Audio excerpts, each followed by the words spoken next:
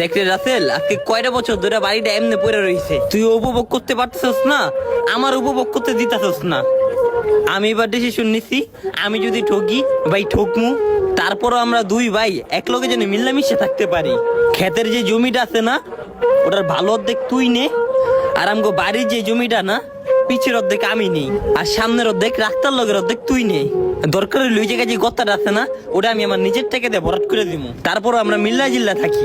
আপনার ডিসিশন আপনার কাছেই রাখেন। এই ঘর বাড়ি গত্তা এর সব আমি নিমু। কেন এত বছর যে আপনি পশ্চিম পাড়ার জমিতে চাষবাস করে খাইছেন, তখন কি আমি যা বাধা দিছি? এখন আপনি আইছেন কে? আপনার আমি পশ্চিম পাড়ার জমিতে একটা ঘর বানাই দিম থাকার লইগা। আল্লাহর খুবই নাসর বান্দা তুইও জমি উপভোগ করবি না, এই জমিতে ভূত জিন পিচাসের বসবাস করাইবি। আমি যদি গ্রামের 5টা ময়মুরব্বী পঞ্চায়েত লিয়া বহি, তোরে আমি যেই সুযোগটা দিছি, তুই কি এই সুযোগটা পাইবি? আমি চাই আমগো নিজস্ব ঝগড়া ব্যক্তিগত ভাবে আমরা আমগো নিজস্ব ভিতরে রাখি। এইবার আমরা দুই ভাই, যদি পুলিশ আদালত চেয়ারম্যান মেম্বার আহে, হেরা তো আমগো দুই ভাইয়ের জমিটা সমান ভাগে ভাগ করে দিব। যেই সব মানুষ আমার ডিসিশনের উপরে বালপাকনামি করবো, অগ গোষ্ঠীর আমি হোকা মাইরা দিমু।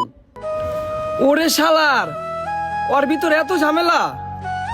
ওই দেখি আমার বিশ্বাস অর্জন করে লাইছিল। ওই শুধু ভাই আপনার কাছে না, আত্মীয় স্বজন সকলের চোখে আমার খারাপ বানাইছে। আমরা মানুষরা এরকম, আমাকে 1 ঘন্টা গল্পের ভিতরে আমরা 58 মিনিট থাকি অপরাধী, আর 2 মিনিট যে থাকি নিরপরাধী। ওই 2 মিনিটের আবেগের কথা পুরো বিশ্বরে জানাই, আর 58 মিনিট হাইড করে রাখি।